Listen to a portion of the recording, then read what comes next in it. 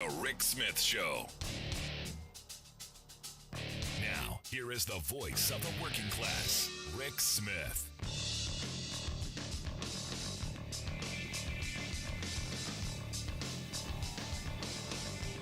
And welcome, brothers, sisters, working class heroes. This is the Rick Smith Show. Thanks so much for being here today on the big program. Lots to get to, lots to talk about. We are watching front row seat, a once in 100 years smackdown of a Republican leader. And look, you know, the reality, you knew this was coming. I said, you know, before the break, the theme of the next 2 years, Republican House Clown Show. Here we are, front and center, 2 days of, well, you know. And what I love is my congressman Scott Perry, pardon me, Perry, took to the House floor yesterday, declared the government corrupt, broken, can't get anything done, and then proceeded to show us that there's nothing going to get done, and in the most corrupt way possible. I mean, the amazing part of this to me is the corruption that is right before our very eyes. Because what's amazing to me is, and if you listen to what's going on, they're bartering with McCarthy for their vote. These handful of Republicans, these 20, they are they're selling their vote to McCarthy. And not for things that are going to benefit their constituents. Scott Perry's not bringing back any infrastructure back to my district. Scott Perry's not bringing home the bacon. Those 20, they want stuff. They want committee assignments. They want to be able to take trips and focus on their pet projects of enriching themselves, not their districts. And this is the part that's, wow. Can you believe it right in front? And this is what a patronage government looks like. This is what Republican government is going to look like. Nothing's going to get done for you or me or we the people. No. It's for the egos. It's the performative stuff. Republicans did accomplish one thing today, though. In a 216 to 214 vote, they adopted a motion just a little bit ago to adjourn. They came in at 8 o'clock. They worked 45 minutes or so. Didn't get anything done. Heck with it. Let's go home. Time for dinner. Miller time. They'll adjourn to the next day, noon, on Thursday. And you go, well, they didn't have, no, they don't have anything together. They don't. The reality is we are watching right before our very eyes a once in 100 year event. We are watching children destroy our government. Now, I happen to think back in November when Kevin McCarthy was so sure he was going to be speaker.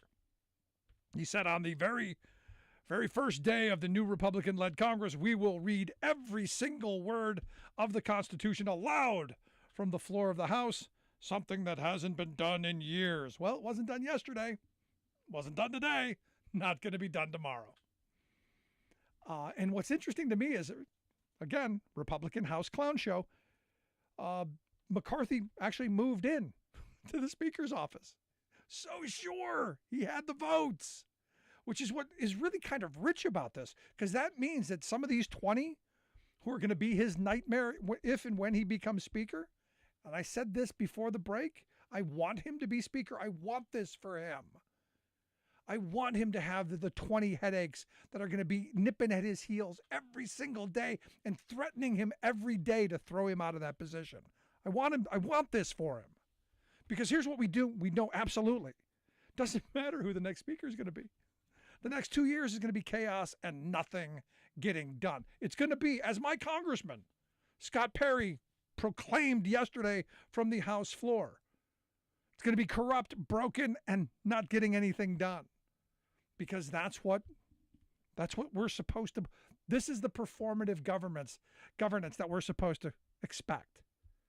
And this is what Republicans are going to give us. Now understand, the heavy 20 that are that are holding all this up, there's no downside for them in this.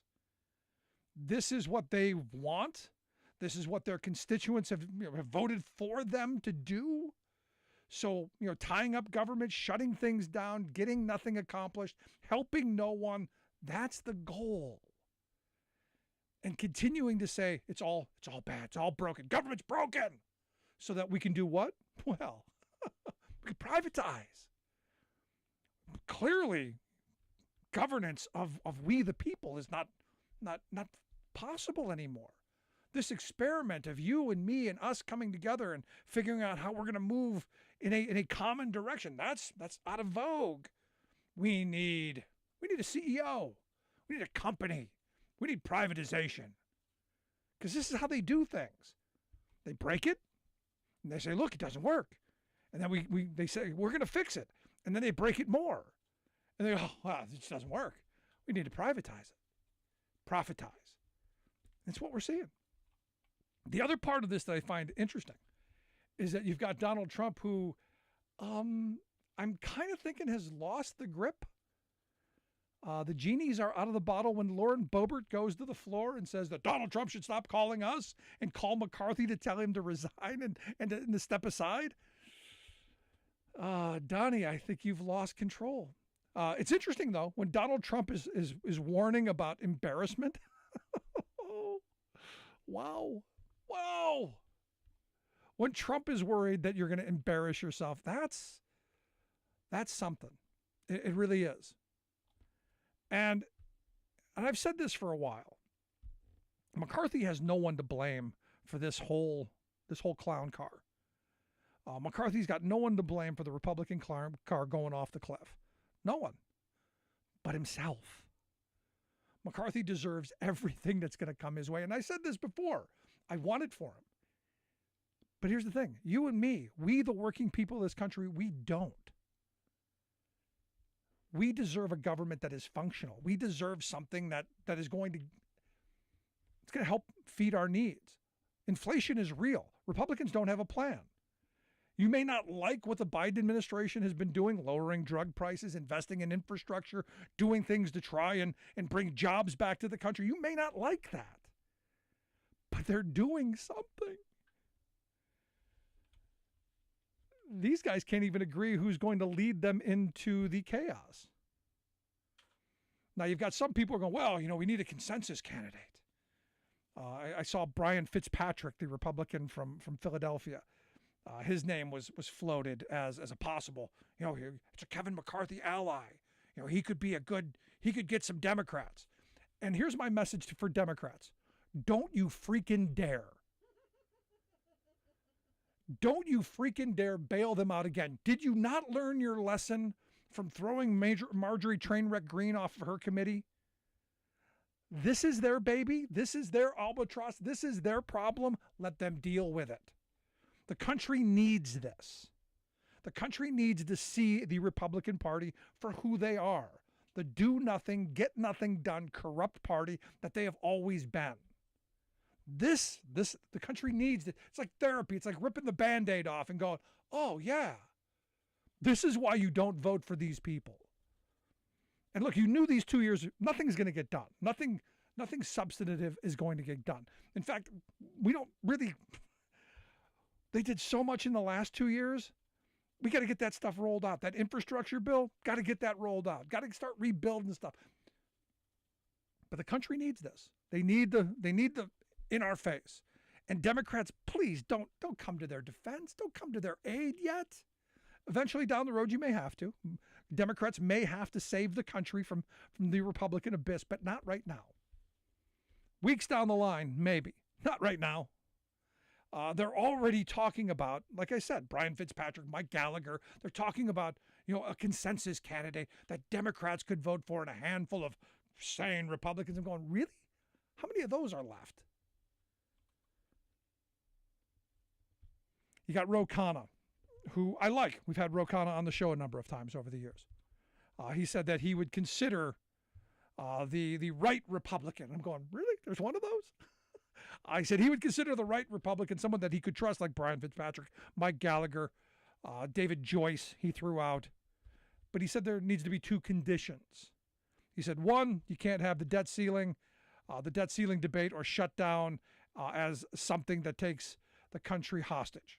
And I agree, we should do away with the debt ceiling. Completely do away with it. It's ridiculous.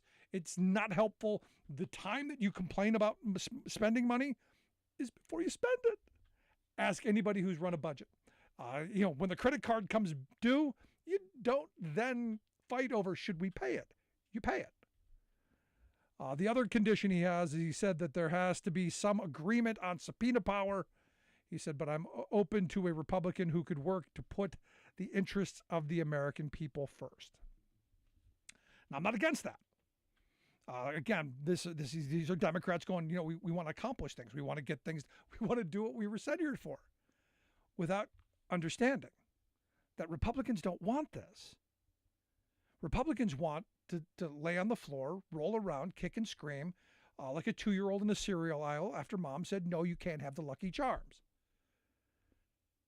For instance, South Carolina Republican Ralph Norman repeatedly has voted against McCarthy, says that if Republicans can't agree, they should go to Democrats to help find a speaker. Because, we need help. He said that quote, he's willing to shut down the government rather than raise the debt ceiling. Is McCarthy willing to use that tool I just talked about? Is he willing to use it? He said that's a non-negotiable item. This is what Ralph Norman wants. He wants to be able to use the debt ceiling to continue to hold us hostage all down the line. And this is why Kana's position is kind of interesting, saying, no, we're not going to do that. This is what he knows the Republicans want. Now, my question is, okay, you take the debt ceiling away. What other budget tricks are they going to use to hold us hostage? Because, look, Republicans don't run out of ways to harm this country. There's always a next. For instance, there are some Republicans who say, well, maybe Steve Scalise. Maybe Steve Scalise is the way forward. The guy who spoke at the white supremacist neo-Nazi event said that he was like David Duke without the baggage. Yeah, that guy. He's the suitable replacement. Clown show. Did you get your popcorn? Because it's going to get worse. It's going to get worse.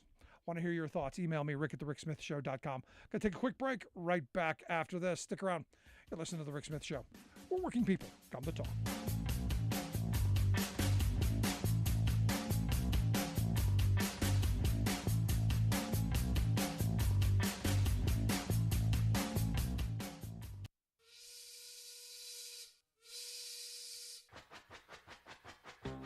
If you're a fan of the show, you've heard our labor history in 2 segments, and you can hear them on the radio pretty much anywhere in the U.S. Labor history has never been more important than it is right now.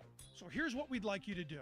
Tell a teacher. Tell a teacher that labor history is important and that they can get digestible 2-minute lessons that are absolutely free. Free to download, free to use, free to share.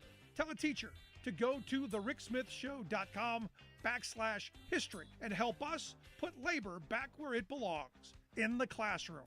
Generations of American workers fought, bled, and died to build the American way of life. It's our job to keep their stories alive. Go tell a teacher that we're here to help them do just that. Find us at thericksmithshow.com/history today.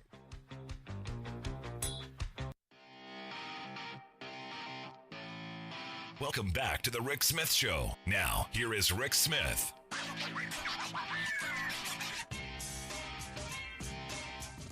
Our thoughts go out to Damar Hamlin, the Bills player, who I don't know if you saw it on Monday night, and I hope you didn't. It's a clip that shouldn't be out there that everyone's sharing around, and I'm glad that on Twitter at least a lot of people were sharing good clips of Damar. Our thoughts are with him and his family. If you saw this, this young guy into cardiac arrest on a football field, and I played football for years, and it's one of those things that could possibly happen. A freak thing could possibly happen. Injuries are part of the game. Your mind is, but that, what was a routine play, now you've got this young man in the prime of his life, healthiest he's probably ever going to be, fighting for his life. And what was interesting is, immediately they were like, 5-minute warm up and everybody get back to the game. And the players, and this is where, again, the players are like, no, we're done today. Game over.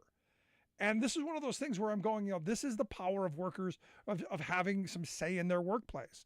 The union, the players' union, is the one that said, no, we're not going back. It wasn't the owners. The owners were like, get back out there. And what I found interesting, and again, I'm kind of shocked about, at the people who are shocked that the NFL doesn't care about its players. I mean, these are the same people who think that their employers care about them. They don't. You're just a negative on a balance sheet. And every football player, anybody who's ever played, knows you're in the game as long as you can play. The second you get hurt, there's someone that comes in behind you. And this was the same kind of thing, but this was so traumatic that people were like, no, we're done for the day. And what's interesting is, again, everyone then goes to the extreme. This is why we should never have football, and it should be the end of it. And I'm like, no, I'm not there with you. You go on to any football field, baseball field, basketball, hockey, anything. You know that there's a chance, slim, but there's a chance that something catastrophic could happen. But for me, it's this callousness that that we're finally maybe this could turn into something positive. And I want something positive. I want this young man to get up and run out of that hospital. And if he chooses to go back to playing and that's his choice, I wish that for him. But the amazing thing is we still have it in our head that we're as working people more than just a negative on the balance sheet. And this kind of situation kind of highlights that for me. I was looking at a lot of the comments that people, and I got a bunch of emails from folks, chiming in. And I'm like, I'm not surprised by it. Look, I've been on fields where people have been pretty badly hurt. They cart them off and the game starts again. This was different. This was different in that the players said, no, we're not now. And I think that's a step forward. And the lesson in this, if something positive can come out of a horrible tragedy like this, is that collectively, people have power. Government is not the answer to our problems. We are the answer. If we can come together, you know what? I'll bet you wouldn't have found 3 or 4 people in that stadium who said, get them back to the game. I drove out here for the game. Get them back. I bet you there weren't but 3 or 4. People were united in that moment. For me, that's the point in this. And, coming out of this holiday season, you saw a bunch of feel good stories. Trying to to make work less horrible, I guess. I came across a story about Walmart. They got a guy who's 103 years old working in the lawn and garden section. And this is, oh my God, this is great. And look, this may be what he does to get up in the morning. It may be a good thing for him. But the sad reality is most of the people you see working in those jobs who are in their 70s, 80s, 90s, and beyond, they're not doing it because they want to. They're doing it because we have such a badly dysfunctional system for working people that for most people, there's no retirement, and it's going to get worse. This football player, he's only been in the league, I guess, 2 years? He's not covered by the pension. So if he never plays another down, he never gets another dime. As I understand, their disability went significantly lower. So anything bad that happens to him, they're not going to compensate for. Now, maybe he's got an insurance policy. Maybe he's got something. Maybe. But the league of owners, the employers, do they care? Oh, they'll take care of him. Will they? And this is one of those moments where, again, out of this horrible tragedy, out of this negative is an opportunity to have a conversation about, how things should be. Should workers have the ability to say, you know what, I'm going to withhold my labor like those players did? Now, the league is not going to punish them in this moment because it would be a PR nightmare for them to do. But, they probably want to. And, there'll be some kind of, PR thing to address this. But ultimately, it's about the money. And the more it's about the money, the less they're going to care about you or me or anyone. And that's not just in football. That's in everything you do. That's in every job. Someone, sent me this sign, and the sign is meant to be a joke. In fact, if you look at the bottom right-hand corner of the sign, it says, funsigns.com or something like that. But it says, company policy. Sick days. We no longer accept a doctor's note as proof of sickness. If you're able to go to the doctor, you're able to come to work. I've actually heard people say that. Personal days. Each employee will receive 104 personal days a year. They're called Saturday and Sunday. No days off for you. No kids' soccer games. No school nights. None of that stuff. Vacation days. All employees will take a vacation at the same time each year. Vacations are as follows: January 1st, Memorial Day, July 4th, Labor Day, December 25th. Yeah, there are places that think you are just a tool. Now, again, this is supposed to be a joke. But for far too many people, it's reality. For far too many people, the situation that happened on the field the other night, where, nope, cart them off, bring somebody else in. That's the reality. Now, I know. The show must go on. Or so we're told. But this is where we, hopefully putting down our differences. Because again, this is the Bills and the Bengals. They each had their hats. They literally were wearing their hats. They were wearing their jerseys in the stands and on the field. And then that moment, they were all united. Which shows me that we can. But does it have to always happen at the end of a tragedy? Does it have to be a tragedy that pulls us together? I'm looking at what's going on in the House of Representatives. It's a tragedy. It's a tragedy that there are people who are so hell-bent on power that they're going to hold the nation hostage. Now, personally, I'm okay with it. Let them. Because this means no bad ideas are going to come out. And look, I don't think they're going to pass anything because of this kind of divide, this kind of division, this kind of infighting. Because again, their personalities are more important. Their characters are more important than the greater good. And this is what the right has brought us. The me over the we. The question is how long are we going to put up with it? I'd love to hear your thoughts. Email me, rick@thericksmithshow.com. We'll take a quick break. Right back after this. Stick around. If you miss any portion of the program, make sure you grab the podcast. Wherever you find your favorite podcasts, you will find ours. Right back after this. Stick around.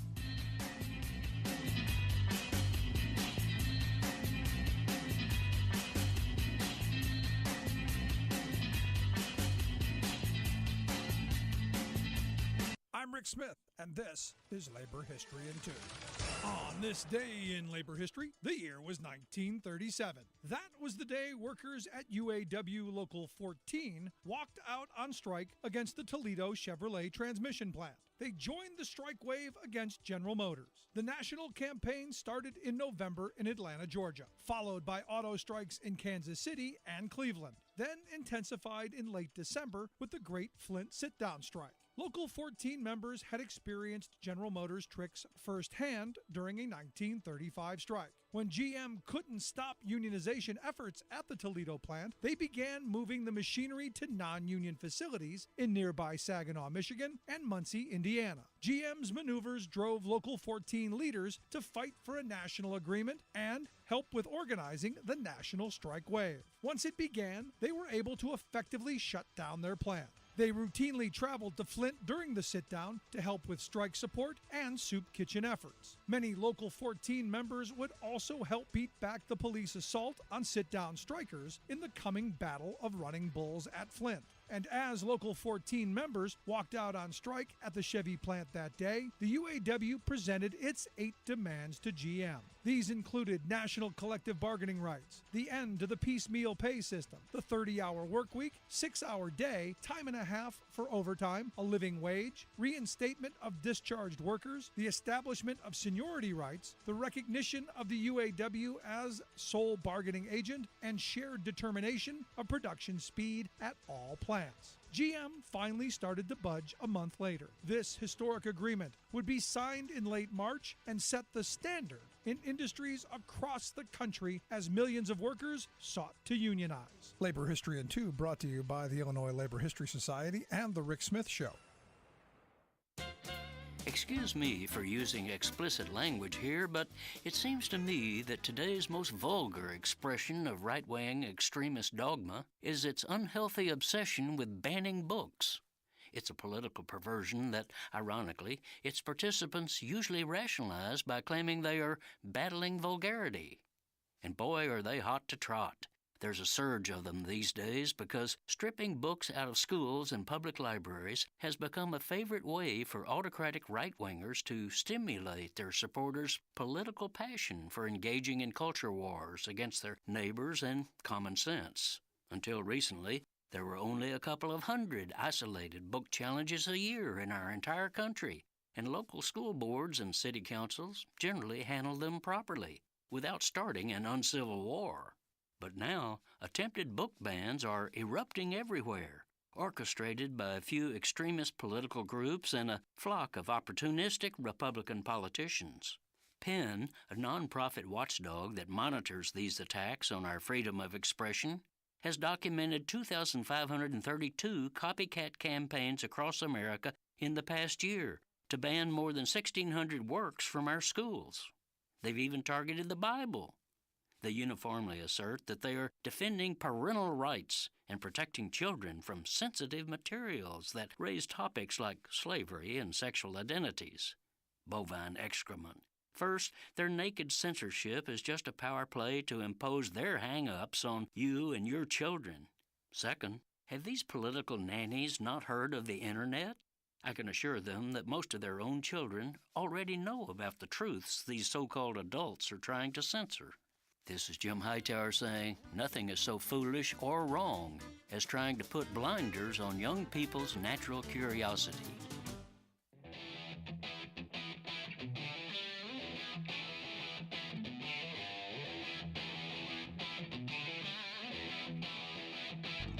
Welcome back to the Rick Smith Show. Now, here is Rick Smith. Still can't get over my congressman, Scott, pardon me, Perry. The government is corrupt. It's broken. Can't get anything done. And then proceeds to show how corrupt and broken Republican government would be. And obviously getting nothing done. I'm still stuck on the fact that they're all bartering for things for themselves. Out of all of this circus, make sure you get the fact that every one of their demands is about enriching them. Not you, not your community, not this country, themselves. It's about making them more powerful, more at the front. It's about them, not you, not us, not we the people, them. And here to share some thoughts on the Republican House Clown Show, I've asked my good friend Jeff Hauser to come talk with us. Jeff's the executive director of the Revolving Door Project. You can check out their website, revolvingdoorproject.org. Jeff, thanks for taking time for us. My pleasure. So, what do you make of the fun and entertainment of 2 days of nothing getting done? You have in the Republican caucus 222 people who are committed to becoming famous so that they can be on the right-wing grift circuit for the rest of their lives. Yep. They are post-ideological. Most of them have abhorrent views, but it's not really their abhorrent views that motivate them. They're all in it for themselves. And it's really hard to organize people into a cohesive entity when people don't care about anyone else. I mean, it's the ironic devolution of a party that used to believe in Ayn Rand, that everyone's in it for themselves. They're in it for clout. They want to be stars on social media. They want to be stars on Fox, and it's very hard to organize a political party out of such a mess of individual egotists. No, absolutely. I mean, this is where Newt Gingrich, said, look, you didn't get your guy. You eventually you got to come around and get on the team and get going, get an agenda moved. And you've got these 20 who are dug in because, just like you said, they want to do the Fox News, they want to do the podcast circuit, they want the attention. These are people who, like I said a moment ago, these are the 2-year-olds in the cereal aisle kicking and screaming because mommy said no to the Lucky Charms.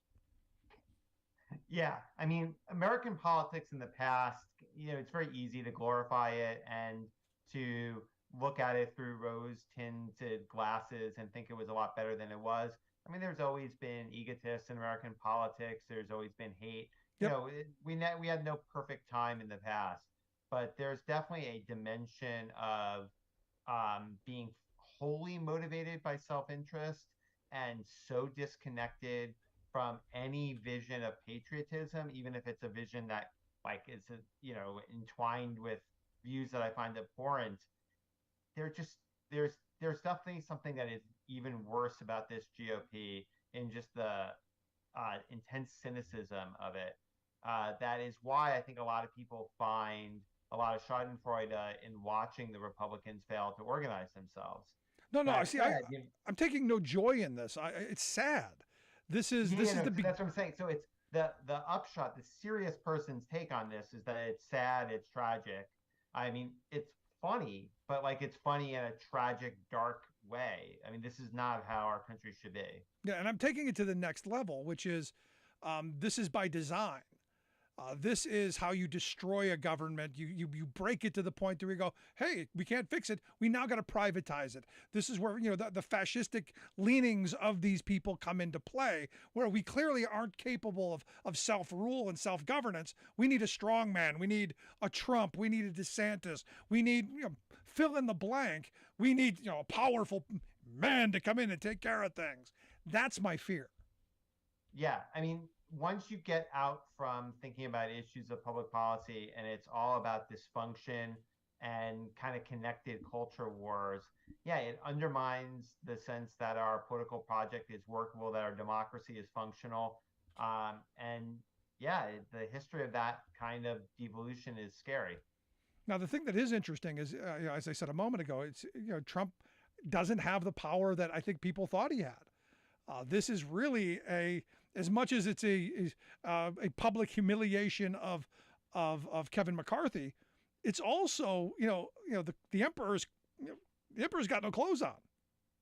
Yeah, it's an interesting phenomenon, and I don't feel like I have read yet a compelling take that describes how and when it happened in a way that is perfectly clear to me. I do think that the 9/11,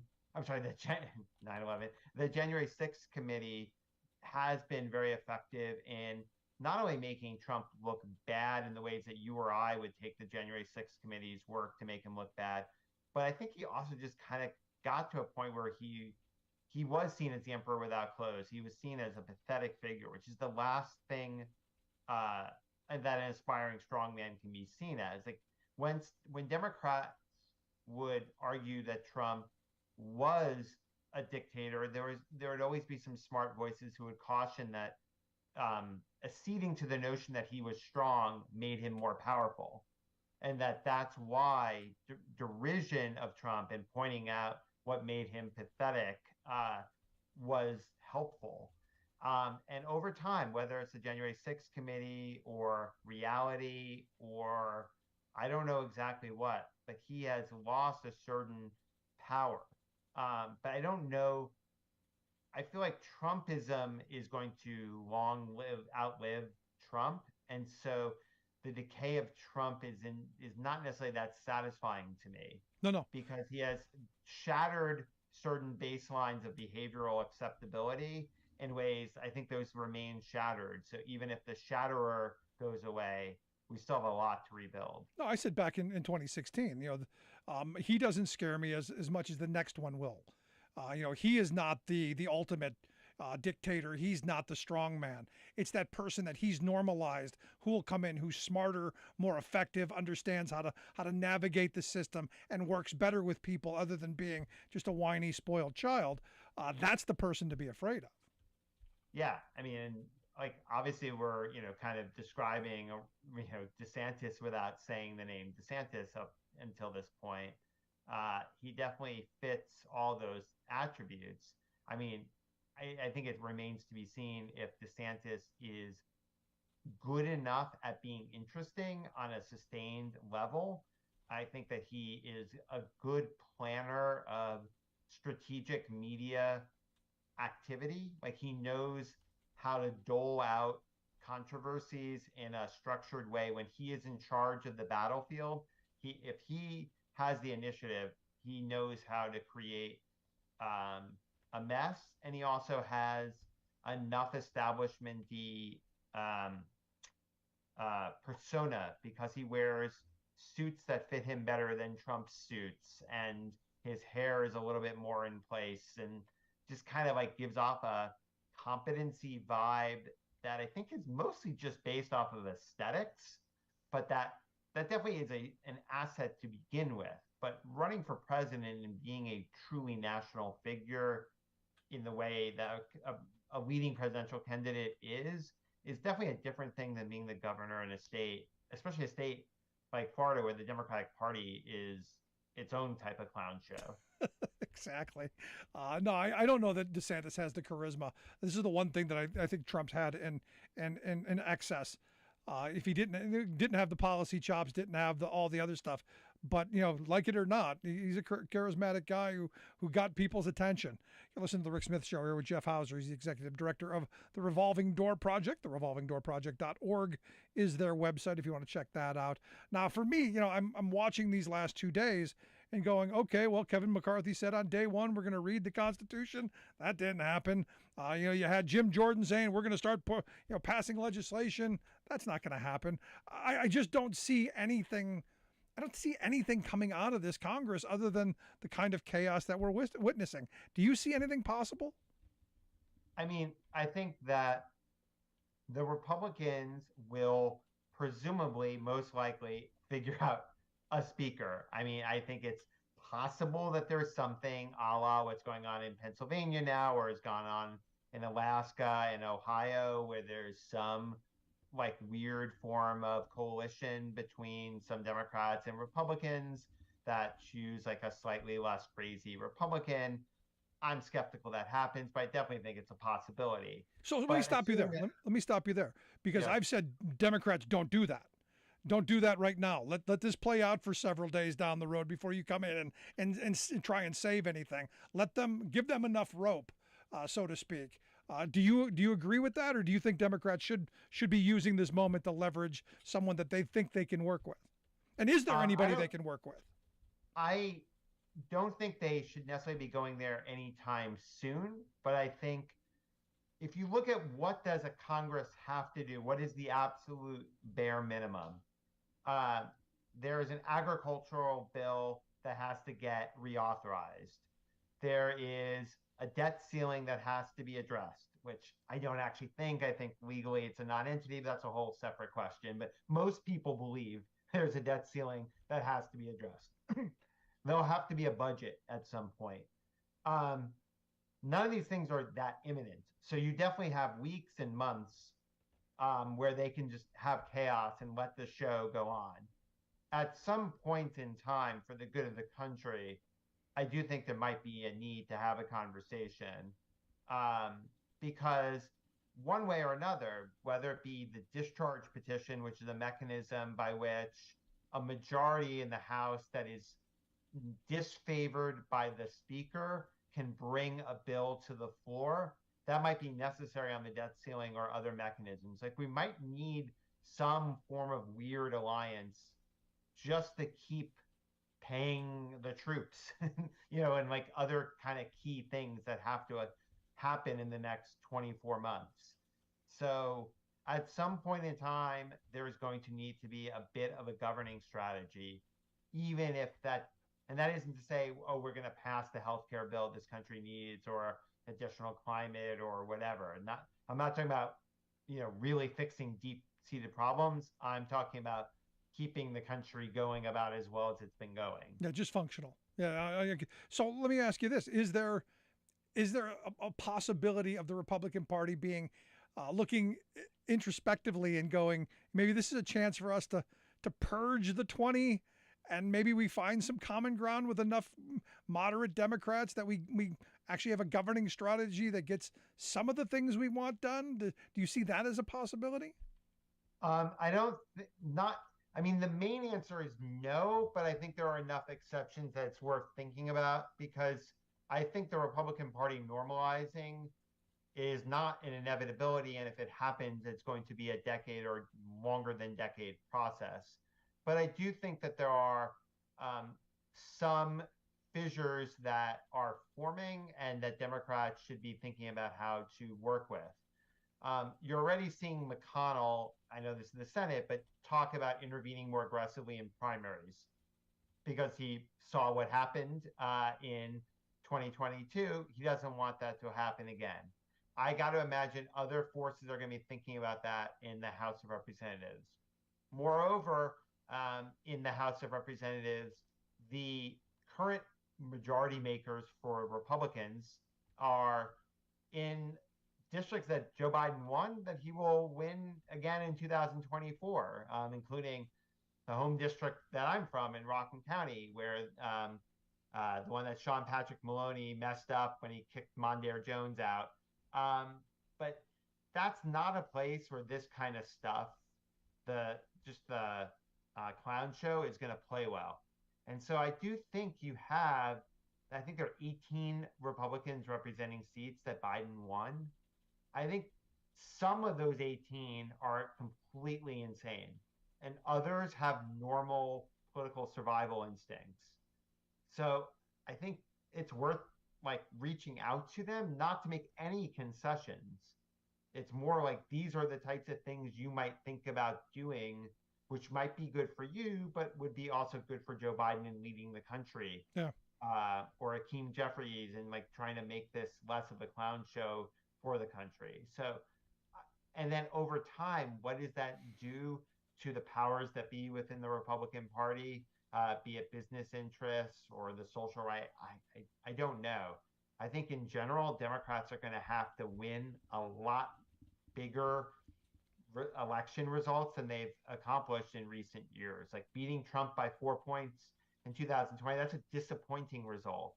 Losing the national vote for the House of Representatives in 2022, we should think of that as disappointing, even as it's obviously great that Democrats retained the Senate and gained a senator. So I think in the long run, to fix things, we're going to need serious movement electorally. But in the short run, I think there are some fissures that are worth thinking about and being strategic about. Yeah, and again, we're going to watch this show play out for the next 2 years, because I don't see this changing. I see those 20 causing whoever is going to be the speaker. And I said from the beginning, I want Kevin McCarthy to get exactly what he wants, what he deserves, which are 20 headaches each and every day as he closes his eyes. He's going to deserve that. But I sadly don't see us getting the things that we need, because look, inflation's high, prices are high, wages aren't keeping up. There are a lot of problems that I don't know that Republicans have plans for. They don't, and I don't even think they do. But they like to. They're very narrative driven. I mean, which can be advantageous because a lot of politics is storytelling. Sure. And so they are always constantly trying to come up with stories to tell, which is, in some ways easier to do than coming up with policy solutions to difficult problems. Look at George Santos. Yeah. I mean, if the New York Times doesn't write that story, George Santos could be a multi-term member of Congress. It obviously worked for a while, and I don't, know the exact process, but what a good time to write that story would have been? maybe late October. Yeah, that'd have been a good time. Yeah. My favorite fact about that is that the Democratic nominee in that district made his money, like a fair amount of money, running a communications firm.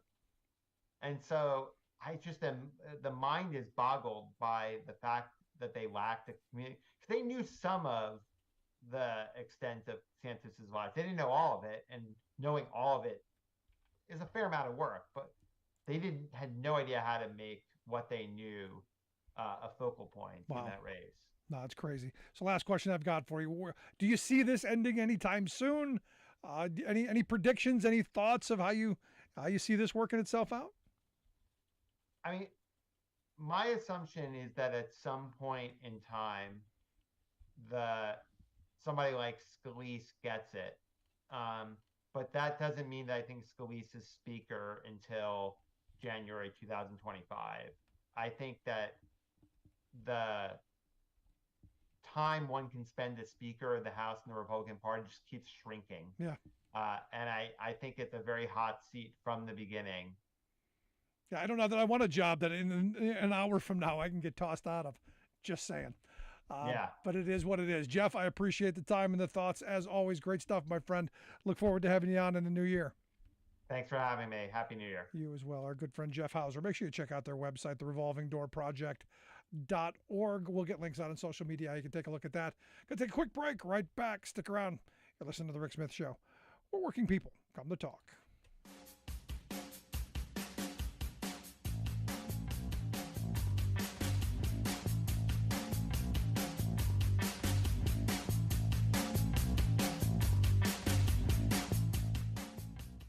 I'm Rick Smith, and this is Labor History in 2.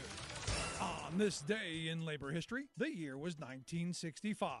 That was the day that 8,000 social workers went on strike in New York City. For 28 days that bitter, cold January, these workers marched on the picket lines. They were members of the American Federation of State County Municipal Employees District Council 37 and the Social Service Employees Union. In walking off the job, these working people defied a New York law that forbade public sector workers from going on strike. 10 of the city's 25 welfare offices were completely shut down by the strike. One of the main issues of the action was the massive caseload each worker was expected to carry. Some of the workers who helped organize the action brought their experiences from the civil rights movement, and specifically in the Student Nonviolent Coordinating Committee and the Congress of Racial Equality. They were fighting not only for better working conditions, but also better services for their clients. One rallying call for the strike became rehabilitation, not humiliation. Welfare rights and civil rights activists supported the work action. Quickly, the city moved to get an injunction against these working people who were standing up for better conditions. Mayor Robert Wagner fired all of the striking workers. 19 strike leaders were thrown in jail for 2 weeks. With mounting pressure coming from labor and civil rights leaders, the city agreed to appoint a 5-person panel to settle the dispute. The resulting contract made considerable gains for the social workers. Caseloads were capped at 60 clients. They also won improvements in pay, health insurance, vacation, and sick time. The strike is seen as an important victory by public sector workers, not only gaining a better workplace, but also improving service to the public. Like what you hear? Check out more at laborhistoryin2.com.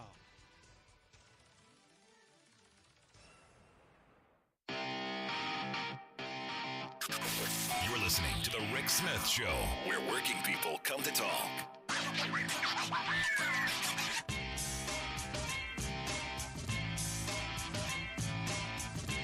So President Biden was in Kentucky today, and he's got to do a lot of this. He's got to do this. This should be what he does every day.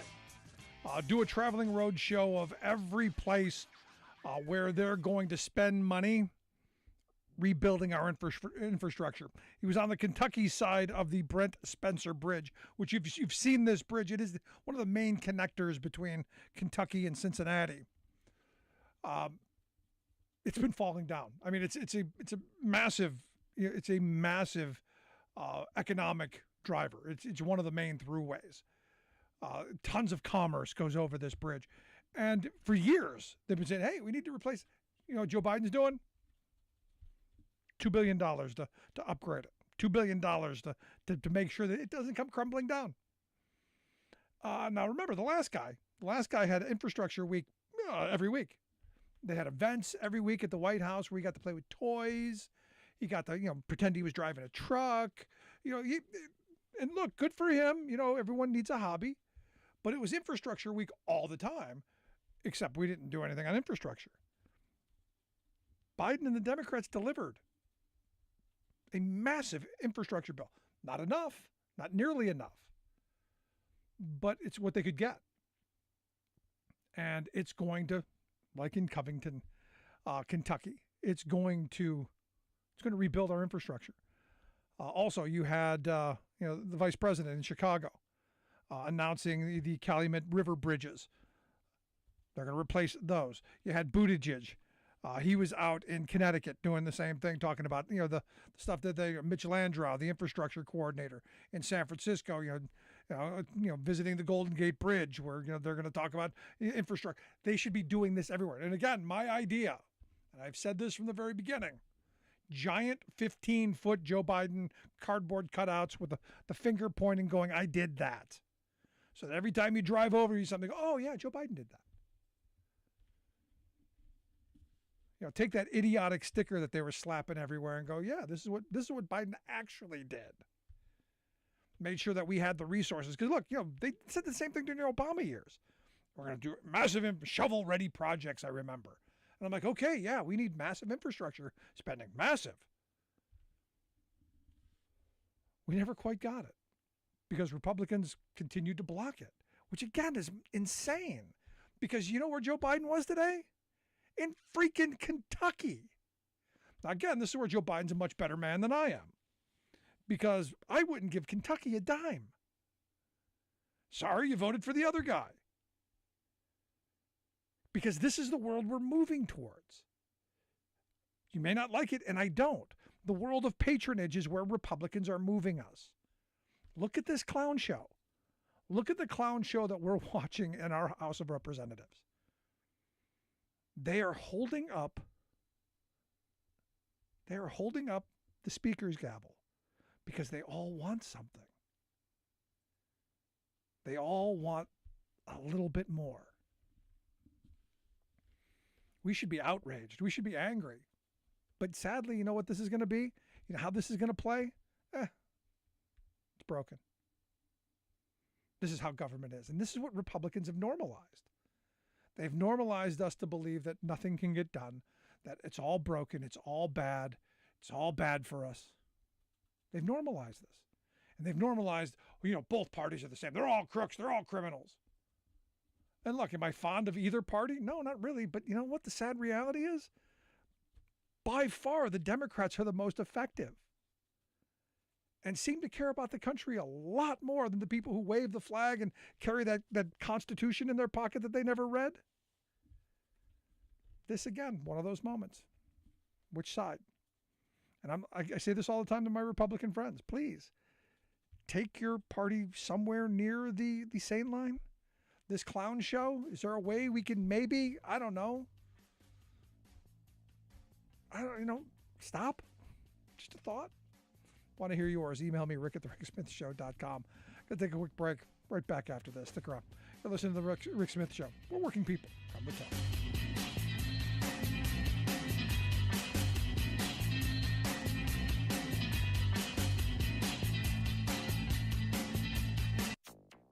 We're at close to 15 million children affected at this point, and that's over 30 million people. Worst drought on record threatens famine in the Horn of Africa. We have decided to turn our back on Russian fossil fuels and to diversify towards reliable energy partners. Europe signed green electricity deal with Azerbaijan. Plus, this summit in Montreal was seen as a make or break time. Nations strike historic deal to halt loss of nature worldwide. All of those happy holidays stories and more straight ahead from BradBlog.com. I'm Brad Friedman. And I'm Desi Doyen. Stand by for 6 minutes of independent green news, politics, analysis, and snarky comment. I'm not one that buys the climate change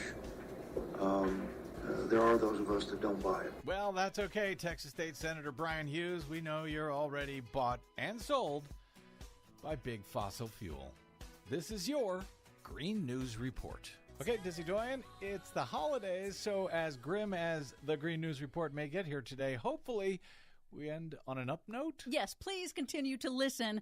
The good news comes soon. We'll see. But first, the bad news. Relentless, severe drought is threatening famine in the Horn of Africa. A new NASA analysis finds that the region is experiencing its longest and most severe drought ever recorded in 70 years of record keeping that has decimated crops and livestock. The United Nations is calling for a surge of international aid, warning that millions are facing an acute and deteriorating food security crisis in Somalia, Kenya, and Ethiopia, driven by high food prices caused by Russia's war on Ukraine, internal political strife, and the record-shattering drought intensified by man-made global warming.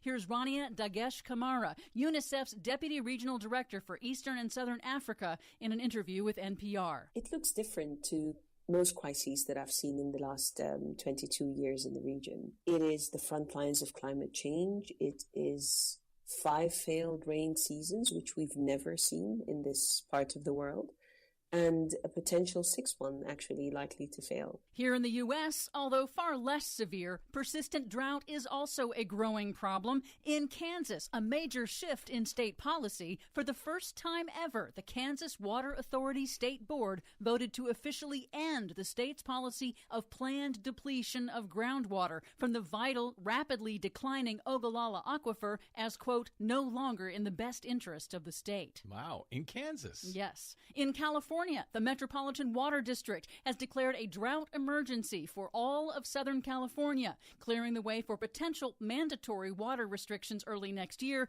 that could impact 20 million people. At the same time, federal and state water managers are negotiating a new deal to manage declining water flows on the over-allocated Colorado River, which is triggered by more than 20 years of drought in the western U.S. But some good news, the European Union brokered a major deal to construct a massive undersea cable to deliver renewable electricity from Azerbaijan's offshore wind farms to Hungary, Romania, and Georgia to help them break free of heavy dependence on Russian oil and natural gas. So there's that. The irony of Russian President Putin's war on Ukraine is it has accelerated the world's transition to renewables. Irony plus death equals Russia. In other news, Tokyo, Japan mandated that all new houses in large developments must include solar panels beginning in 2025. Well, that's good. To cut household carbon emissions. G7 countries agreed to provide Vietnam with $15 billion to help it more quickly move from coal-fired power to cheaper renewable electricity. Also good. In a separate deal, Germany will deliver $118 million in funding to Kenya to help it reach 100% renewable energy and produce renewable hydrogen. Well, there's the old holiday spirit. Finally, historic good news. At the UN Biodiversity Summit in Montreal, nearly 200 nations reached a landmark deal to conserve the planet's biodiversity and ecosystem services and begin to halt Earth's 6th major mass extinction, now being driven by human activity. But the United States is not a party to the agreement. The deal sets a target of conserving and restoring at least 30% of the Earth's land and water by 2030, protecting vital ecosystems and protecting the rights of indigenous peoples. It also includes a key provision to end harmful government subsidies for extraction industries like fossil fuels. And in a major breakthrough, rich nations finally committed to paying developing nations an estimated $30 billion a year by 2030 via a new biodiversity fund to protect what remains of nature. Well, there you go. You finally got to some good-ish news. What were we waiting for? Christmas? For much more on all of these stories and the ones we couldn't get to today, check out our website at greennews.bradblog.com. Find, follow, and share us planet-wide on the Facebooks and the Twitters and the Mastodons at Green News Report. I'm Brad Friedman. And I'm Desi Doyen. And this has been your Green News Report. Are you tired tired of think tank approved corporate news and commentary? Are you tired of CEOs telling you what to think, who to hate, and who to vote for? Well, welcome to the Rick Smith Show. We don't take orders from some boardroom, and we don't do focus groups or talking points. We don't work for them, and we never will. I'm Rick Smith, and I work for you. Join us daily at thericksmithshow.com and download the podcast and never miss a minute.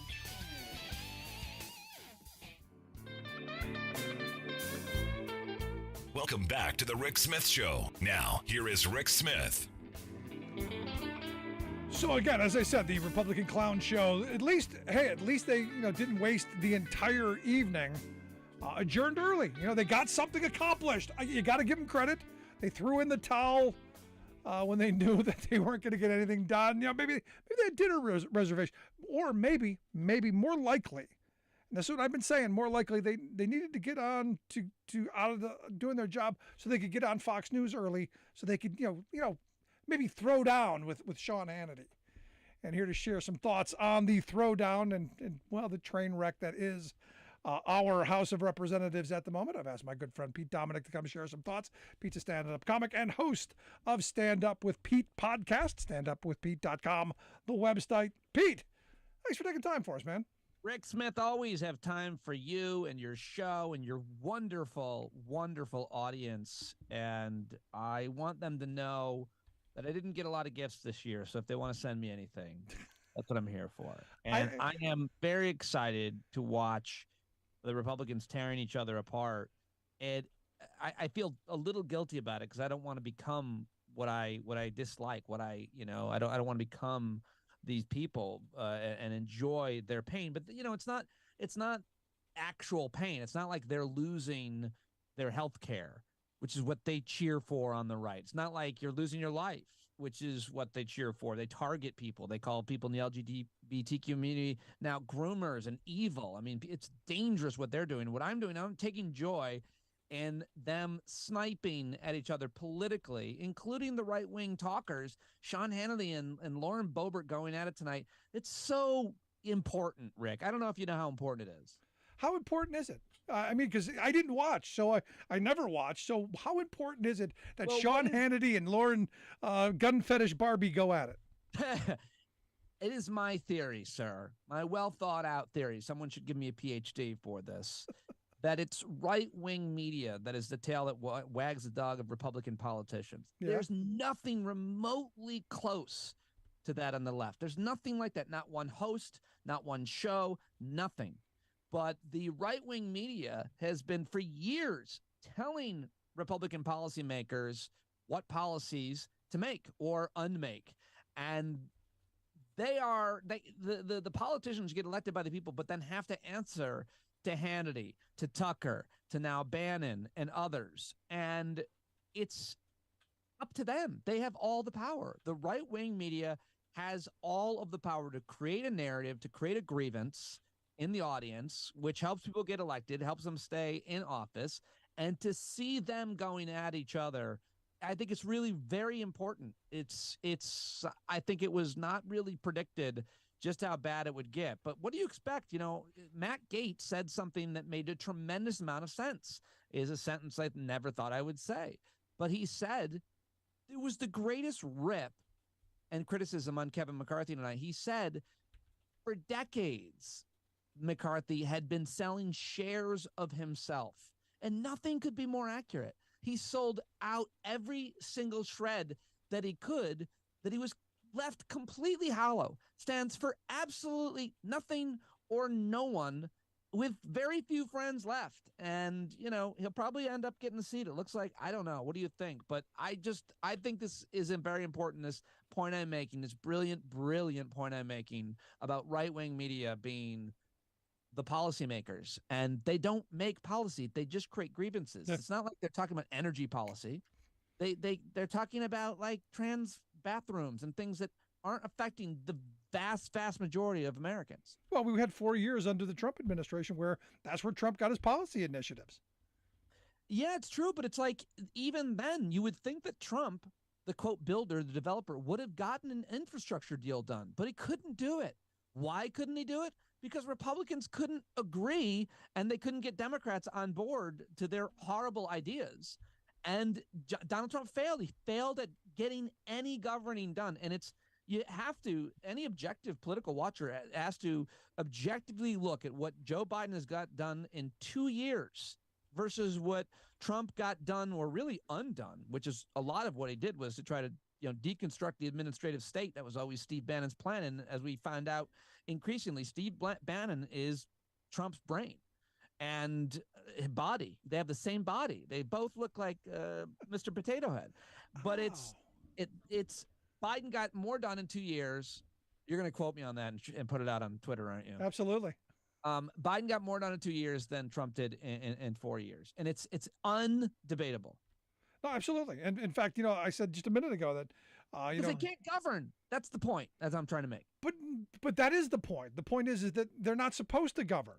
And as I said a little bit ago, the reality is this clown show is by design. This fact that my congressman, Scott Pardon Me Perry, came out yesterday and said, the government's corrupt and broken and all of it, can't do anything. Yeah. And then didn't do anything. And in one of the most corrupt way possible. I don't know if you're watching this, but are you listening to the demands of these people? It's all about making them more powerful, giving them a better platform. It's all about enriching the representatives, buying their votes. They're selling their votes to the speaker because they know McCarthy's already sold his soul and he'll pay. Yeah. Yeah. Apparently Marjorie Taylor Greene requested a rocket ship. And the chairmanship of the Judiciary Committee, but I mean, who knows? Yeah, it's really important to see what's happening, and the House will not be able to get anything done, and it'll continue to damage their brand, which is important that their brand be damaged because they stand for nothing. Can you damage that brand anymore? Say it. Is it possible to damage the Republican brand at this point? I mean, well, the party of January 6th, the party of go down the list. The one thing I do want to just remind listeners and to pay attention to keep your eye on the ball of local politics. So it's easy to look at what's happening right now in the House and with the National Republican Party and with their presidential hopefuls on nominees, who might that be, and say that even though they gain some seats, that they're really not doing.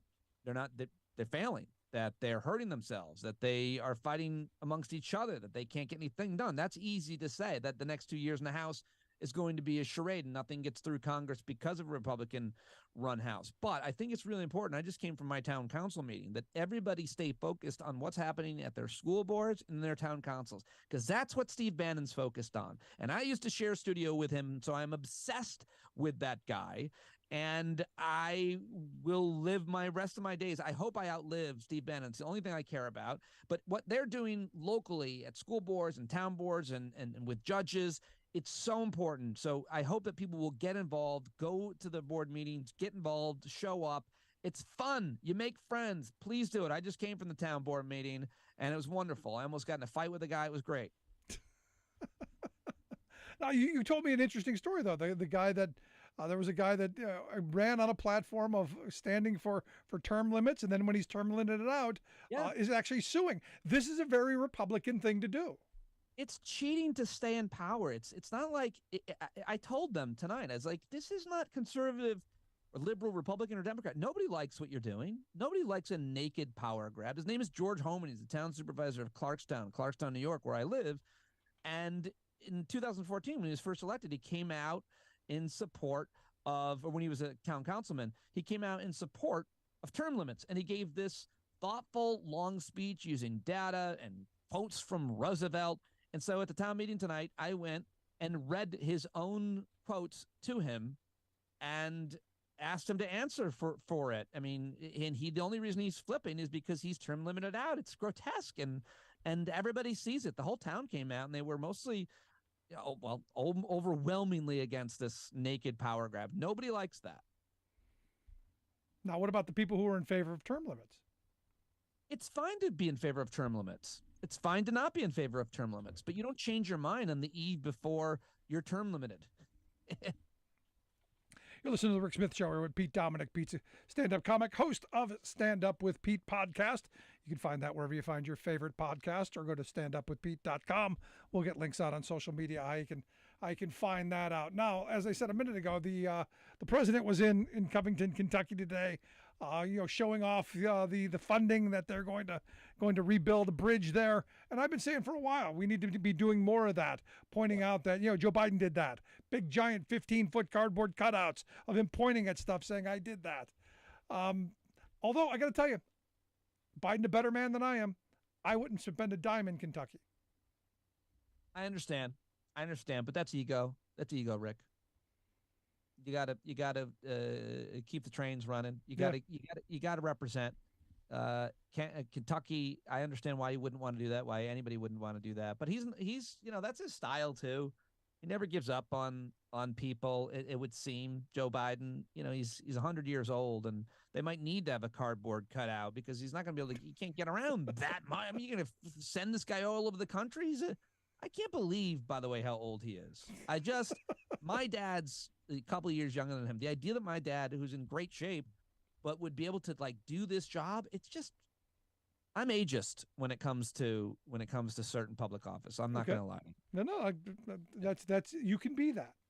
I'm not going to cancel you for that. And I also think that it's different than other jobs. I don't want to get people too upset, but there's a couple jobs where probably you shouldn't be doing after a certain age, but maybe pilot, maybe surgeon. I don't know. But if you could certainly be a lawyer or a banker, whatever you want. You could do all the kind of private sector jobs.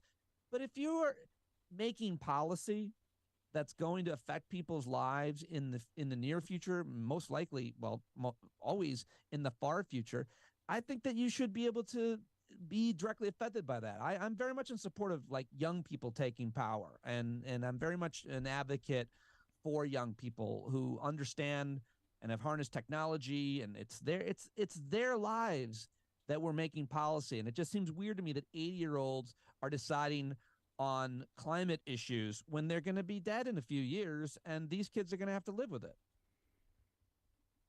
It's a good argument. I actually like what Biden's been doing. I think he's done a really good job. I do too. You're given the reality of it, and I don't see who would step into that position. And I think Biden has got to make a decision. I don't know, yesterday on if he's running for re-election or not, because the time is getting near. Any thoughts? I think Kamala Harris will step in, and I think she'll be elected. All right, that's one of us that thinks that's going to happen. But hey, that's good. Well, you think she'll run? If he decides not to run, she's running, right? She's going to run. Yeah, I don't think she wins the primary. Fair enough. Yeah, we can. And by the way, on the other side, I've long predicted. Rick, you know me long enough to know my record. I've never been right about any of these things, but I never stopped making predictions. Exactly. No, I'm in the same boat because look, I want the guy who's told me flat out he doesn't want the job. I think Sherrod Brown would be the best president. Yeah, no, I think that's generally the case with a lot of leadership roles. That's a pretty good way to look at things. And I think he'd be a great president. I love that guy. But it's going to not be Donald Trump. He's done. It's not Ron DeSantis. He can't do it. He's not good enough. The Republican nominee, you heard it here tonight on the Rick Smith Show, Brian Kemp, is going to be nobody buys this, and I'm about to blow your mind, sir. Hit me. Mike Pompeo. I'll tell you why. Mike Pompeo is very smart, very evil. He's got a lot of credibility, having been at West Point, a congressman, head of CIA, and Secretary of State. But most importantly, Mike Pompeo is the right kind of jerk. People don't realize it. He is a perfect jerk. He's such a jerk. He's a mean-spirited, deceitful, conniving person. The nominee will be Mike Pompeo. What do you have to say for yourself, Rick? I'm thinking that, and I'm not thinking you're wrong. I can see that. Yeah. I think the problem with McCarthy, I've always been wrong up until now. I look at McCarthy and I don't see him as backstabby enough. I don't see him as deceitful and that kind of. I see him as someone who sold his soul, as someone who will twist in the wind to get what he wants. But I think McCarthy's hard to see because he's so invisible and hollow. I don't know. Maybe Pompeo. I'll give that some thought. Yep. Yep. Because while the others are eating themselves, he will. And speaking of eating, he's got a great weight loss story. But he has that kind of weight loss, dramatic weight loss that makes you think he was ill, right? Like you're like, whoa, what a second! Like 6 weeks ago, you were way bigger. What? Are you okay, man? Kind of weight loss. But hey, maybe he is legitimate and he's healthy. And if he is, he runs. He gets the nomination. You heard it here. All right. I keep thinking Brian Kemp, but okay. Either him or Scott Baio. You heard it here. Scott, okay. That could be his VP poll. It's either him or John Voight. You heard it here on the Rick Smith Show. It's not going to be John Voight. Tucker Carlson. Tucker Carlson could run. Stop it. You can't. He could get the nomination easily. He is the most powerful, one of the most powerful. Elon Musk. Oh, no, the Constitution wouldn't allow for it, but maybe he'll make a new Constitution. Maybe he'll buy it. He could easily buy the Constitution. I read today that Tesla has lost more than he paid for Twitter. Tesla's now lost more than like $40 billion, and that's what he paid for Twitter. It is that's another unbelievable thing to witness, to live through, to watch these James Bond billionaire cartoon villains have such a huge outsized influence on our lives. No, this is why I say, Elon Musk is the poster child for where we need to go back to the good, tax code of the good socialist president, Dwight David Eisenhower. Well, we may never go back to the 90% on your top dollar over a certain. It was something like that, right? But, 92%. But I mean, David K. Johnston has a new book, I think, that's going to come out and talk about a really interesting tax plan. He's, of course, the author of some really great New York Times bestsellers, award-winning investigative reporter David K. Johnston. Have you had him on the show? He's so good. We've had him on a couple of times over the years. It's been a while, but we've had him just taught to him. And, there's just so much. There's a lot. He's one of the only guys that can make taxes interesting, but there's just so many really unfair things that need to be reformed about our tax code that have obviously been, written into law by the people who benefit from them. And it's a ridiculous wealth inequality that's been created primarily as a result of tax policy. Obviously, all the things that you've been talking about forever in terms of labor issues and the degradation of organized labor and many other things play a role, but nothing more than tax policy. No, we created the largest billionaire class in the history of civilization simply by cutting their taxes down to nothing and shifting the responsibility onto the backs. Florida is the perfect example. We spent 2 weeks in Florida over the holidays. And everywhere you go, you're reaching into your pocket. You want to go to a public park? $10. You want to go across the street? You got to pay a toll.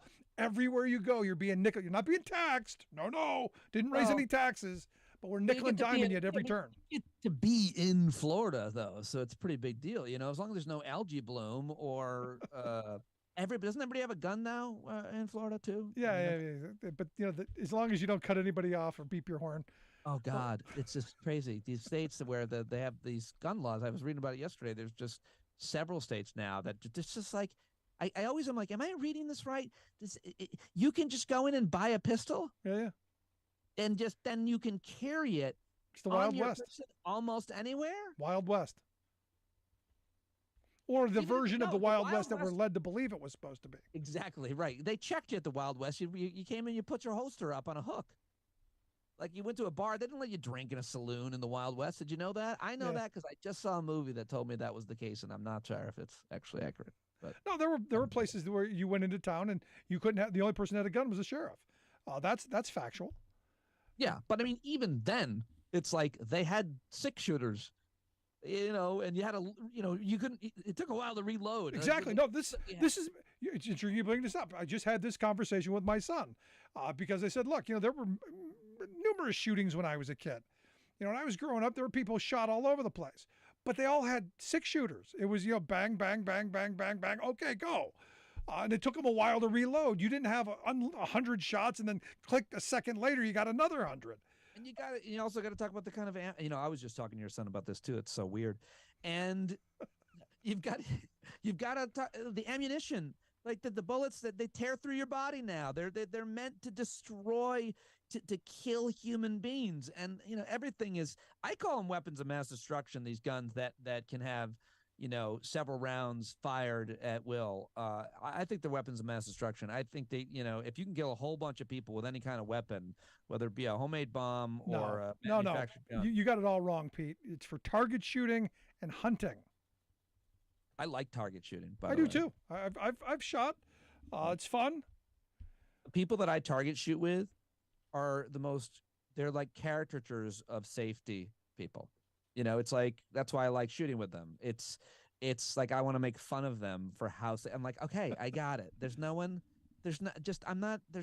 anywhere near us. It's okay. No, my favorite video is there's the guy who's doing a gun shooting video, and he shoots himself. He's I just shot myself. Oh yeah, I love those. Love that. I'm that guy though too. I'd be that guy. Whatever. If I ever was a teacher of something, I would generally screw it up and embarrass myself in front of everybody. But yeah, it's a really important issue that has got to be addressed. I mean, I'm talking about gun crime as well. But what are the Republicans going to get done? Nothing. Are they really going to try to investigate? And I'm talking about Republicans in the House. Yes. Hunter Biden? Yes. No one really cares. Yes. We're going to find out what size underwear he wears. It's crazy. No, it was different with Benghazi and Fast and Furious. It was that was a terrorist attack, and Fast and Furious was gun running. Like, those are sexy scandals, and they weren't really scandals anyway. They were, they were kind of manufactured narratives created by like Handy and others. And sold to people to think that Hillary Clinton somehow, wanted these contractors to die or whatever it is, right? But what they're coming up with now in the writers' room and the Republican Party, no good. Not great, Rick. Hunter Biden's the laptop from hell. I mean, and a lot of the people that are selling this stuff, they've lost so much credibility, from Bannon to Giuliani to whoever else is pushing this stuff out. And that's why, some of these younger commentators like Ben Shapiro and Charlie Kirk are really very effective, obviously, like Tucker. But a lot of these things get sold at the Giuliani and My Pillow guy level, and people are past it. They're done with it. Not everybody, but critical mass. So last question I've got for you, because obviously new year, new legislative body. If eventually they do get a speaker in place. Any predictions? Any thoughts? Because I know you're really good, as you pointed out a minute ago, with those prediction things. Anything you're paying attention to? Anything that's on your radar? I mean, I don't think that anything significant will get through Congress and to the president to sign. They might be able to fix some things. They might be able to punch up infrastructure, come together on something like that. But it will be mostly circus investigations by the House, and the Senate will try to be more serious. Obviously, it'll be run by Democrats, but I don't see anything getting through the president other than, a budget or a continuing resolution rather, and lifting the debt ceiling and just a couple things like that. I mean, when I'm old enough to have covered all 8 years of President Obama, and once he lost the House, that was it for legislation. It was executive orders from that point on. And that's judges. That's what we're going to get. The Democrats will get a lot of judges in through the Senate. That's a really good thing. They're going to hammer through as many judges as they can. Biden, that's a huge priority for him. And I got to, Ron Klain, the chief of staff of Joe Biden, should go down in history as a genius. Let's hope he stays. Yeah, it's a good point. There you go. But Pete, appreciate the time as always. Want to have you back on more this year. Anytime, Rick. Anytime. You look great, by the way. Did you get your hair cut? Because it looks really good. Like, I don't know who's doing it now. You must have left that last person, because whoever's doing it now really figured out your head. All right, smart guy. All right, comedian. Yeah, did you pay for it, though? Just quick question. Did you pay a person? I did, yes. Thank you for that. Goodbye. Our good friend Pete Dominic. You can check out his website. Never mind. I'm not saying the website. No website for you. StandUpWithPete.com, the website. Quick break. Right back. Stick around.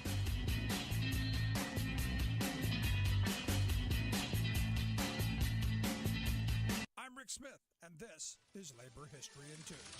On this day in labor history, the year was 1965. That was the day that 8,000 social workers went on strike in New York City. For 28 days that bitter, cold January, these workers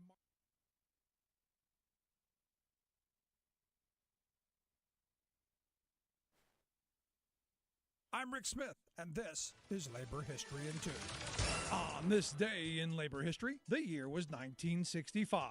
That was the day that 8,000 social workers went on strike in New York City. For 28 days that bitter, cold January, these workers marched on the picket lines. They were members of the American Federation of State County Municipal Employees District Council 37 and the Social Service Employees Union. In walking off the job, these working people defied a New York law that forbade public sector workers from going on strike. 10 of the city's 25 welfare offices were completely shut down by the strike. One of the main issues of the action was the massive caseload each worker was expected to carry. Some of the workers who helped organize the action brought their experiences from the civil rights movement, and specifically in the Student Nonviolent Coordinating Committee and the Congress of Racial Equality. They were fighting not only for better working conditions, but also better services for their clients. One rallying call for the strike became rehabilitation, not humiliation. Welfare rights and civil rights activists supported the work action. Quickly, the city moved to get an injunction against these working people who were standing up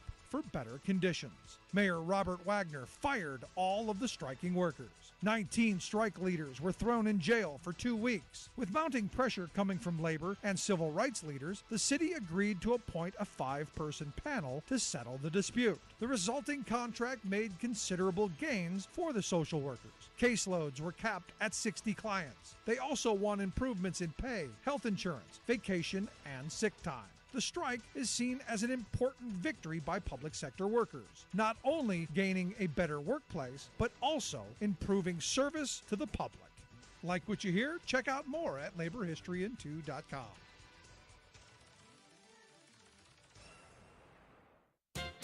Excuse me for using explicit language here, but it seems to me that today's most vulgar expression of right-wing extremist dogma is its unhealthy obsession with banning books. It's a political perversion that, ironically, its participants usually rationalize by claiming they are battling vulgarity. And boy, are they hot to trot. There's a surge of them these days because stripping books out of schools and public libraries has become a favorite way for autocratic right-wingers to stimulate their supporters' political passion for engaging in culture wars against their neighbors and common sense. Until recently, there were only a couple of hundred isolated book challenges a year in our entire country, and local school boards and city councils generally handled them properly, without starting an uncivil war.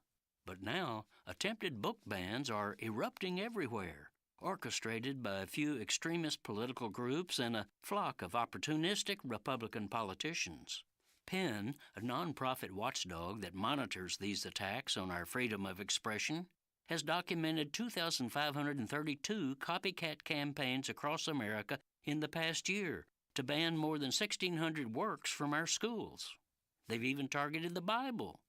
They uniformly assert that they are defending parental rights and protecting children from sensitive materials that raise topics like slavery and sexual identities. Bovine excrement. First, their naked censorship is just a power play to impose their hang-ups on you and your children. Second, have these political nannies not heard of the Internet? I can assure them that most of their own children already know about the truths these so-called adults are trying to censor. This is Jim Hightower saying nothing is so foolish or wrong as trying to put blinders on young people's natural curiosity.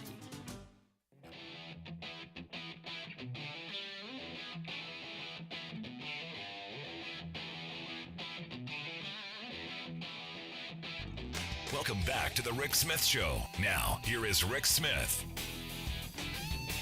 So how's the GOP clown show going for you? Is it everything that we were told it was going to be?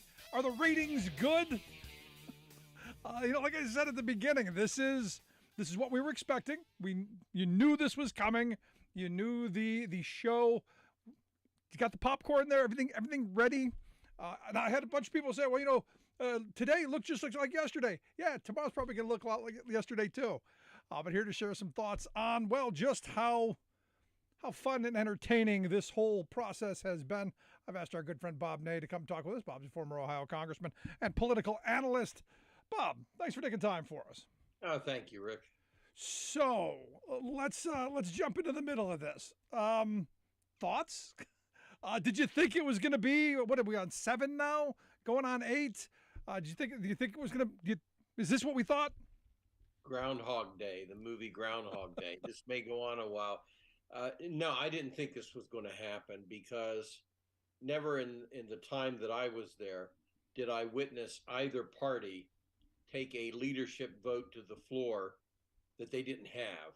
It doesn't happen, and it shouldn't happen. No. Now, when I see members, there was one from Florida. I don't even want to go into to Gates, Matt. But there were some others that said this is invigorating. No, it's embarrassing. It's sad, and it is uncalled for that this is happening at all.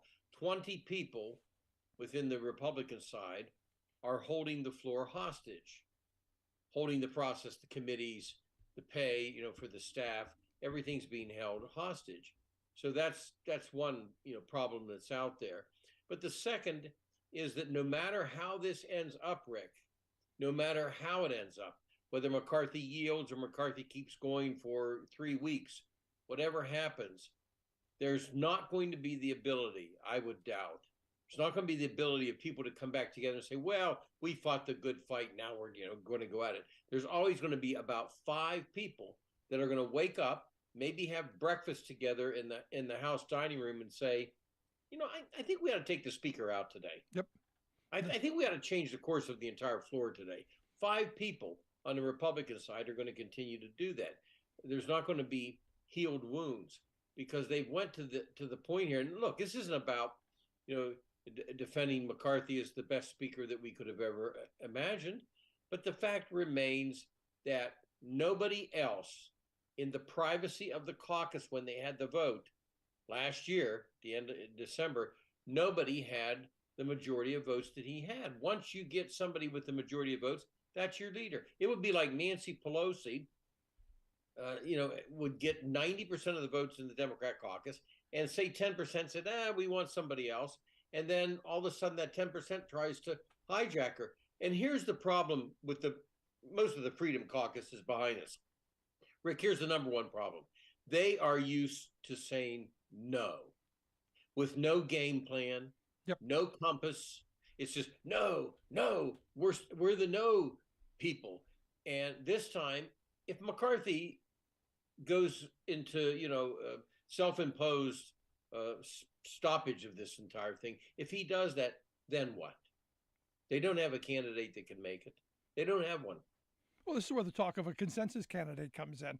I heard Brian Fitzpatrick's name being thrown around, and I'm going, Democrats, no, this isn't the moment for Democrats to come in and save the day. This is a moment for Republicans to look at their party and go, this is what you've got. Because no matter who the speaker is, those 20 Republicans are still going to be a thorn in his side. And I said from the beginning, I want Kevin McCarthy to be speaker. I want him to get everything that he wants because those 20 people are going to make his life, well, not pleasant. Well, it's going to be worse than John Boehner. You had John Boehner, then you had Speaker Ryan from Wisconsin. Boehner, of course, got his arms ripped off. Look, the worst place to have an automobile accident is in the middle of the road, and that's what he tried to do. People didn't trust him. He said one thing, his staff said something to another group of people, and he ended. He quit. Ryan came in and survived. Finally, Ryan at the end is like, I don't want to do this anymore. McCarthy will be in worse condition, far worse than John Boehner ever was. At least John Boehner had a bit of a honeymoon period. This is an instant divorce. If he becomes the speaker. But you're right. The Democrats at some point in time, let's say this goes on for 3 weeks, then I think the Democratic side can come in to say, here's a possible way we run our government. Yes, I think they can. But to have those discussions now would be useless because the Republicans, with a slight majority, they still won. It's their problem to constitute a government. And here's the biggest problem they have. And if the Democrats are smart, well, I'll tell you what they can do next year with amendments this year. But if they're smart right now, let it sit, because here's the theme.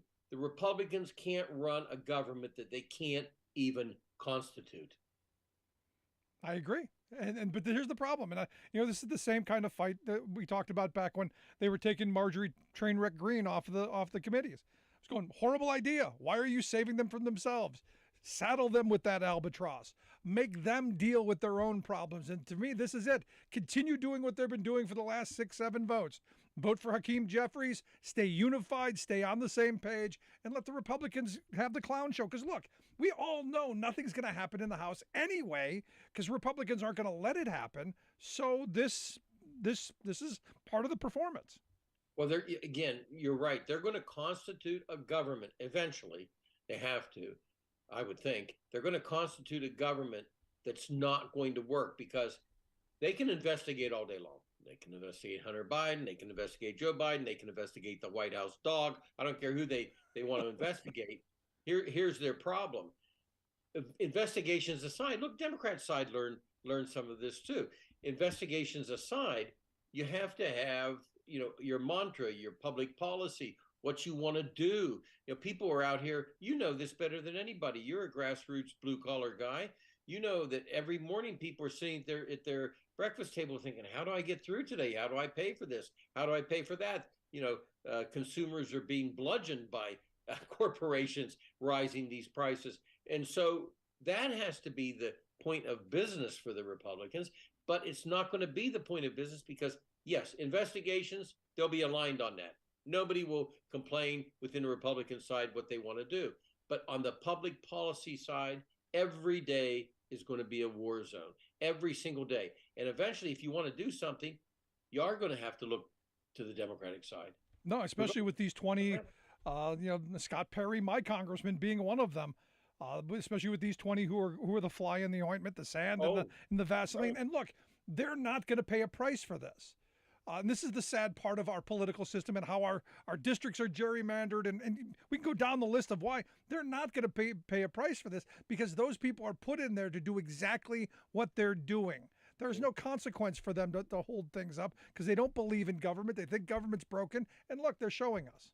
And that's okay for 20 of them. Here's the problem, and I was saying what the Democrats could do this upcoming year. Here's the problem, Rick, for the Republican side. If the Democrats really think about this and craft amendments to every single bill that comes to the floor, amendments that the 20 say, oh, that's ridiculous, we don't want this to pass, but a group of Republicans in marginal districts or not so safe districts sit there and go, ooh, it's hot on the floor. I'm sweating over this one. They're going to have to go with Democrats on the amendments. When they do that, the 20 are going to go, well, you ought to not be in the Republican Party. You went with it. The Democrats, they're controlling the floor of the House. There is the smart avenue for the Democrats to take. Craft really good, spicy, sexy amendments, as we call them, that on the floor, marginal districts have to say, I got to vote for that. Then the 20 are going to go after the speaker and say, well, we want them thrown out. The Democrats won the floor today. That's public process, but they're not going to like it. So the 20 will disrupt even further when the public process comes, because those 20 are used to no only. They are not used to policy. No, and you're spot on accurate. You're listening to the Rick Smith Show here with former Ohio Congressman Bob Ney. But here's the thing, and this is where, again, I come back to these people aren't about governing. It's about, podcasts and Fox News and getting attention on talk radio. It's about the performance. And we've seen this in the speeches. I mean, I've been watching this and I'm going, do we have to go through all of these moments of, hey, look at me, cast your vote, move on, let's get through this? Do we have to have this performative stuff so that they get their 15 seconds to get, hey, look at me? Does that have to happen? Well, not only should that not have happened, here's the other thing. And I listened last night pretty intensely to former Speaker Newt Gingrich. And if you listen to what he said, and I made a couple phone calls to D.C. today just to ask about this topic. And the answer I got back, without quoting names because they're terrified, but the answer is yes, Gingrich was accurate. On the news last night, Gingrich threw one thing out there that I thought was fascinating. He spoke about how this shouldn't be happening, and the 20 lost, but they should go with the majority of the members, et cetera. But then he made a statement that, and this rings of Newt Gingrich, he made a statement that they're not after policy, They made 30 requests, 30 this morning, changes, and the day before of the incoming speaker to be for things they wanted, committees, offices, trips, things they wanted. They were after him for that, not public policy. So this wasn't about, at this point in time, the great philosophy. They came with brand new things. Look, he already gave everything away except every member of his family. McCarthy gave everything away. Yeah. And then they still came yesterday and today wanting more things. But again, not all of it's public policy. It's a give me. This is what I want for my own political power in the U.S. House. Oh, see, that's an important point to make, and I'm glad you made that, because again, it goes back to that. It's about me, not about we. It's about what can I get, what's going to raise my star on Fox News or on the podcast circuit. You're spot on. Right, and because some of these people are people that are out there saying, I'm doing this, and I've read some of it today, for the integrity of the system. I'm doing it because I believe in it. Yet some are running to McCarthy saying, can I have this special little committee? Can I be the out front press person? Can I do this type of outreach? Maybe some special committees that go across the United States. All of that junk is going on that should never be going on in a speaker's race, ever. So let me ask you the other side of this then. Since this is now the moment where the representatives are now going, hey, what's in it for me? Isn't this where like going back to earmarks, where you would go, hey, I got to take stuff back to my district? Isn't this where maybe the system was a little bit better when they were thinking about taking things back to their district to make themselves look better, instead of just, hey, how can I enrich myself now in the spotlight, or am I off base? No, you're on. Look, the earmarks, and every time I read an article, and they'll throw my name in there. No, we didn't earmark for Jack. All right, Jack asked for an amendment that we considered that we didn't do.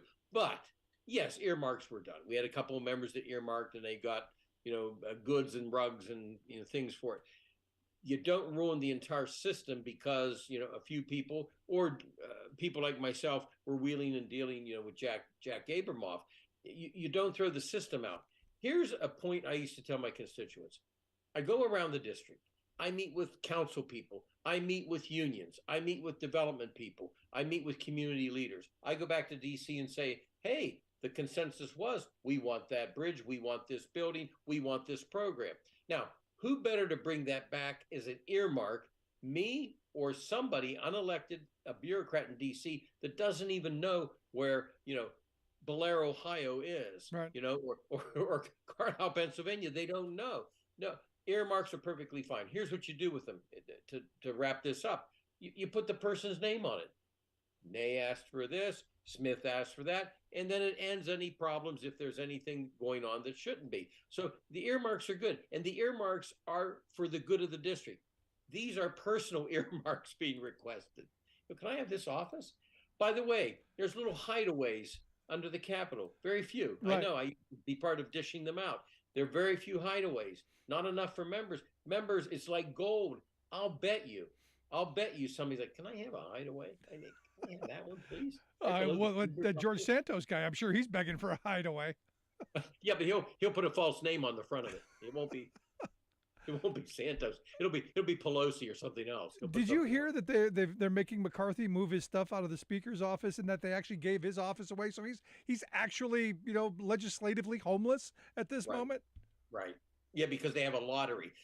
That's the other thing I wanted to tell your listeners.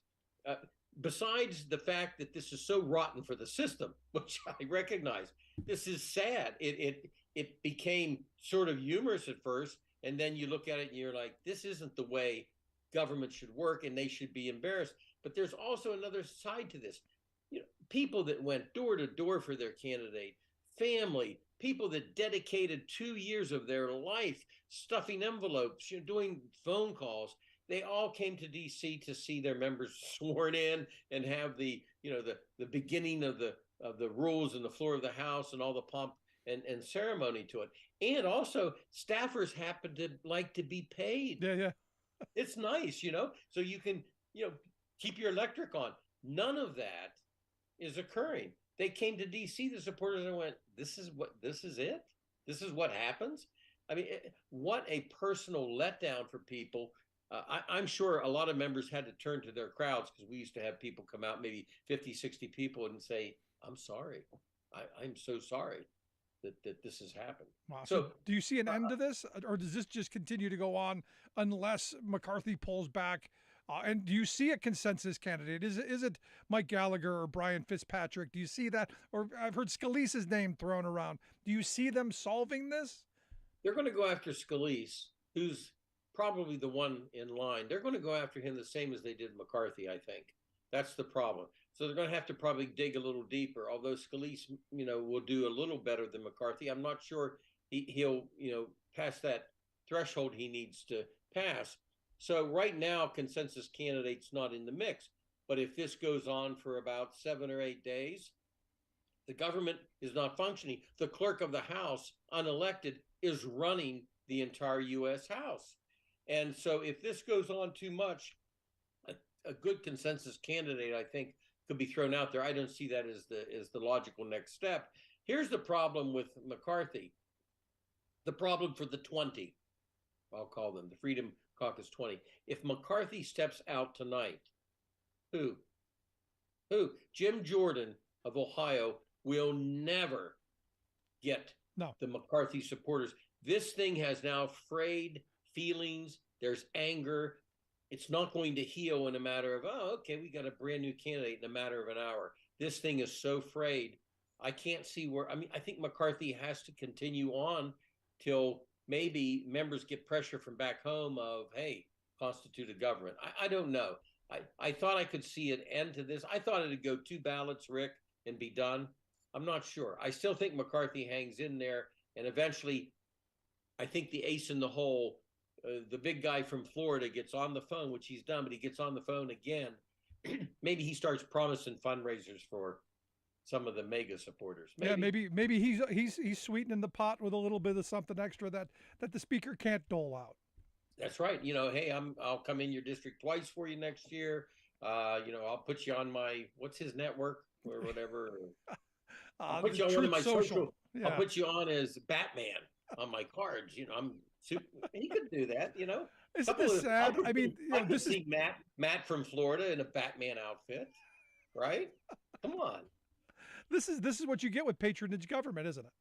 Yes, and you made the best point. This isn't an earmark that's for the good of the district. No. This is a personal earmark. That's what's going on. Wow. Sad, scary stuff, but I look forward to you coming back and keeping us up to date on this and sharing some more thoughts. I will be back in 2 months when we still don't have a speaker. As the clown show continues. As always, Bob, I appreciate the time, man. Thank you, Rick. Good stuff. Our good friend Bob Ney. Want to hear your thoughts? Email me, rick@thericksmithshow.com. We'll take a quick break. Right back. Stick around.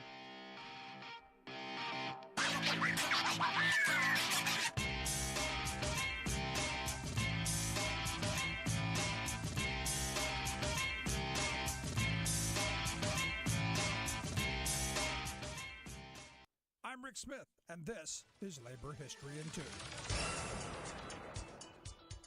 2013 saw the end of what may have been the longest hotel strike in history. On Father's Day 2003, 130 workers from the Congress Hotel on Michigan Avenue in Chicago walked off the job. They were protesting a reduction in wages and the hotel's hiring of minimum wage subcontractors. For 10 years, the strikers, led by Unite Here, picketed the hotel. The hotel management remained unmoved. Unite Here quietly ended the strike, but that was not the longest strike in history. Not by a long shot. On this day in 1961, barbers' assistants in Copenhagen, Denmark ended their strike. They had first walked off the job in 1928. And the Guinness Book of World Records has declared the strike the longest in recorded history. Every strike or work stoppage has its own character. A strike may be as short as just a portion of a day, or a strike may last for weeks, months, or years. Sometimes union members call strikes to last a specific amount of time, usually a few days. Other times, union members vote for an open-ended strike, with the duration uncertain. The tactic of a strike is one of the most extreme measures a union can take. Usually, a strike means that all other efforts to gain a fair contract have been exhausted. Long strikes have become less common in recent years. According to the Bureau of Labor Statistics, there were only 15 major work stoppages in 2013. Of these, 2/3 lasted 3 days or less. Labor History in 2 brought to you by the Illinois Labor History Society and The Rick Smith Show. For more information, go to laborhistoryin2.com, like us on Facebook, and follow us on the Twitters at Labor History in 2.